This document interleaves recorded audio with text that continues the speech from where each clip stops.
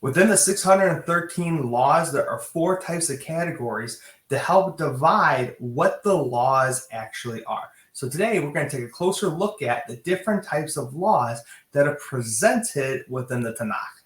So we get this from Exodus chapter 21, verse 1, which says, "Now these are the ordinances which you are to set before them."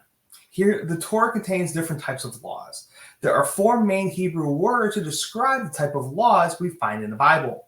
It is possible to make a distinction between one type and another, but the words are often used interchangeably. They seem to have a broad range of meaning that tend to overlap one another.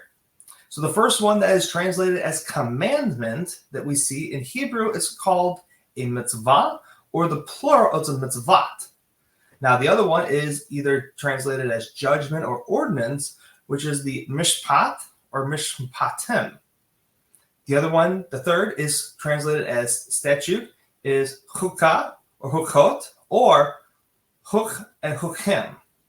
And finally, the fourth one for law or instructions, it is translated as Torah or Tarot. So now I want to break each 4 of these down, and starting with mitzvah. The broadest Hebrew word for commandment is the word mitzvah. It comes from the Hebrew word tseva, which means to command. It can be used to refer to any mandate that God gives. In common usage, it is often rendered as a good deed. For example, when Yeshua says, "Let your light shine before men in such a way that they may see your good works and glorify your Father who is in heaven," Matthew 5:16. He is most likely using the term good work as an idiomatic reference to the mitzvah.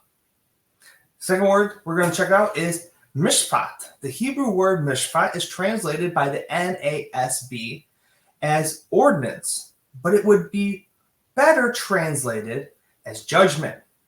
Its root word is shafat, which means to judge. In Hebrew, a judge is called a shofet. The name of this Torah portion is the plural version of the word mishpat, mishpatim. Mishpatim is best understood as legal judgments that might have been issued by a court of law. They may be seen as civil laws and case precedents. The other word we're going to look at is chut. The Hebrew word chut can appear in both masculine and feminine forms, chut or chokah, respectively.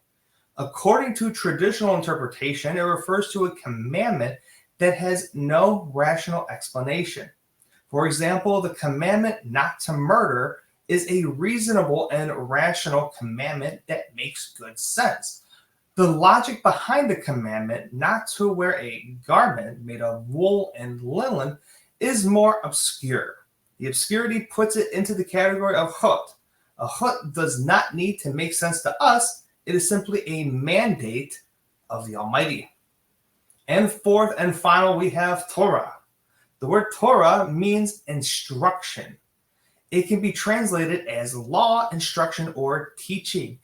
It might refer to a single law, a certain category of laws, or the entire 5 books of Moses. But whatever name we call them, the commandments of God are his wise and loving instructions for his people.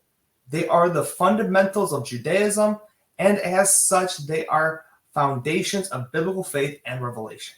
Let's check out what Solomon says in Ecclesiastes chapter 12, verse 13. The conclusion, when everything has been heard, is fear God and keep his commandments, because this applies to every person. For God will bring every act to judgment, everything which is hidden, whether it is good or evil.